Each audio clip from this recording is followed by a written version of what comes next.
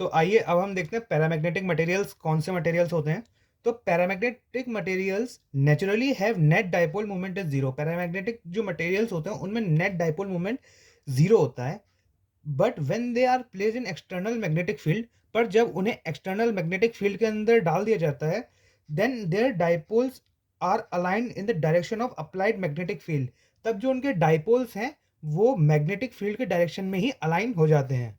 तो अब देखिए, जैसे कि ये एक पैरामैग्नेटिक मटेरियल है, ये जब नेचुरली मिलता है तो इसके डाइपोल्स आप देख रहे हो, डाइपोल तो उसमें पहले से ही होते हैं, बट इनके डाइपोल जो है वो रैंडमली अरेंज होते हैं, जिसके वजह से जो इनका नेट डाइपोल मोमेंट है वो ज़ीरो होता है। क्योंकि आप देखिए, ये वाला डाइपोल मोमेंट इसे कैंसिल कर रहा है, ये वाला इसे कैंसिल कर रहा है, ये वाला इसे कैंसिल कर रहा है। तो जब इनिशियली क्या होता है, नेट डाइपोल मोमेंट जो होता है इनका वो ज़ीरो होता है। बट जब एक पैरामैग्नेटिक मटेरियल को एक्सटर्नल इलेक्ट्रिक मैग्नेटिक फील्ड में प्लेस कर दिया जाता है, तो जो उसके डाइपोल मोमेंट है वो मैग्नेटिक फील्ड के डायरेक्शन में ही अलाइन हो जाते हैं। When a paramagnetic material placed in a external magnetic field, then their dipole moment align in the direction of magnetic field. ठीक है। और देखिए, यहाँ पे जब इनका नेट डाइपोल मोमेंट जीरो था तो इसके पैरामैग्नेटिक मटेरियल की कोई पोलैरिटी नहीं थी। लेकिन जब इसको एक्सटर्नल फील्ड में रखा तब इसका डाइपोल मोमेंट इसी डायरेक्शन में अलाइन हो गए, जिसके वजह से इसमें पोलैरिटी आ जाएगी।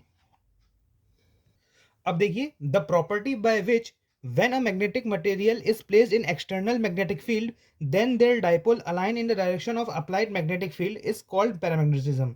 मतलब यही वाली प्रॉपर्टी, जब एक मटेरियल को हम एक्सटर्नल मैग्नेटिक फील्ड में रखते हैं तो जब इसके डाइपोल मूवमेंट है वो उसी मैग्नेटिक फील्ड के डायरेक्शन में अलाइन हो जाते हैं, तो उसे पैरामैग्नेटिज्म कहेंगे। पैरामैग्नेटिक मटेरियल को जब हम नेचुरली देखते हैं तो इसके dipole net dipole moment zero होता है, जिसके वजह से मैग्नेटाइजेशन जो होता है वो जीरो होता है। मतलब इसमें कोई भी मैग्नेटाइजेशन नहीं होगा, ऑब्वियसली ये नॉन मैग्नेटिक की तरह बिहेव करेगा, तो इसका मैग्नेटाइजेशन जीरो है, जिसके वजह से chi is equal to M upon H होता है। एम जीरो हो गया तो काई की वैल्यू जीरो होगी। मतलब ससेप्टिबिलिटी एक पैरामैग्नेटिक मटेरियल की नेचुरली जीरो होती है। But when it placed in an external magnetic field, तब due to the due to the alignment of the dipole moment in the direction of external magnetic field, इसकी susceptibility कुछ आ जाती है।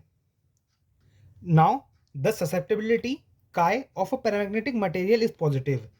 जो susceptibility होती है पैरामैग्नेटिक मटेरियल की वो पॉजिटिव होती है। क्यों होती है? Because dipoles align in the direction of applied magnetic field. क्योंकि जो उसके डाइपोल होते हैं वो मैग्नेटिक फील्ड के मैग्नेटिक फील्ड के डायरेक्शन में अलाइन हो जाते हैं, इसलिए जो काई की वैल्यू है वो पॉजिटिव होती है। बट द वैल्यू ऑफ काई इज स्मॉल। अब काई की वैल्यू जो होती है, मतलब ससेप्टेबिलिटी की वैल्यू, वो स्मॉल होती है। स्मॉल क्यों होती है? स्मॉल इसलिए होती है क्योंकि जो पैरामैग्नेटिक मटेरियल होता है इसमें जो कैपेसिटी होती है मैग्नेटाइजेशन की वो थोड़ी कम होती है। मतलब कि ये जो फील्ड लाइंस इसमें से निकल रही हैं, अगर मैं सीधे भाषा में कहूँ तो ये जो फील्ड लाइंस इसमें से निकल रही हैं वो मतलब कुछ कुछ फील्ड लाइन जो है वो बच जाती है, वो इसमें से पास नहीं हो पाती। मतलब जैसे कि इसमें से ये वाली फील्ड लाइन निकली, ये वाली निकली, तो ये दोनों जो है वो बच गई, लेकिन कुछ कुछ इसके अंदर से चली जाती हैं। सारी की सारी इसके अंदर से पास नहीं हो पाती, जिसके वजह से मैग्नेटाइजेशन की वैल्यू थोड़ी कम हो जाती है और हेंस जो ससेप्टिबिलिटी है उसकी वैल्यू कम हो जाती है। आइए इसका आगे कंक्लूजन पॉइंट्स देखते हैं। तो जो पैरामैग्नेटिक मटेरियल होते हैं वो नेचुरली नॉन मैग्नेटिक की तरह बिहेव करते हैं।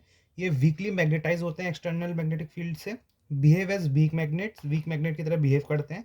इनकी जो ससेप्टिबिलिटी यानी काई की वैल्यू जो होती है इस पॉजिटिव होती है एंड स्मॉल होती है। पॉजिटिव क्यों होती है? क्योंकि इसके जो डाइपोल है वो एक्सटर्नल मैग्नेटिक फील्ड में मैग्नेटिक फील्ड के ही प्रपोर्शन में अलाइन होते हैं, डायरेक्शन में अलाइन होते हैं। एंड स्मॉल क्यों होती है? कि क्योंकि इसमें से जो सारी मैग्नेटिक फील्ड है वो नहीं पास होती, मतलब इसका मैग्नेटाइजेशन कम होता है, इसलिए ससेप्टिबिलिटी की वैल्यू जो है वो कम हो जाती है।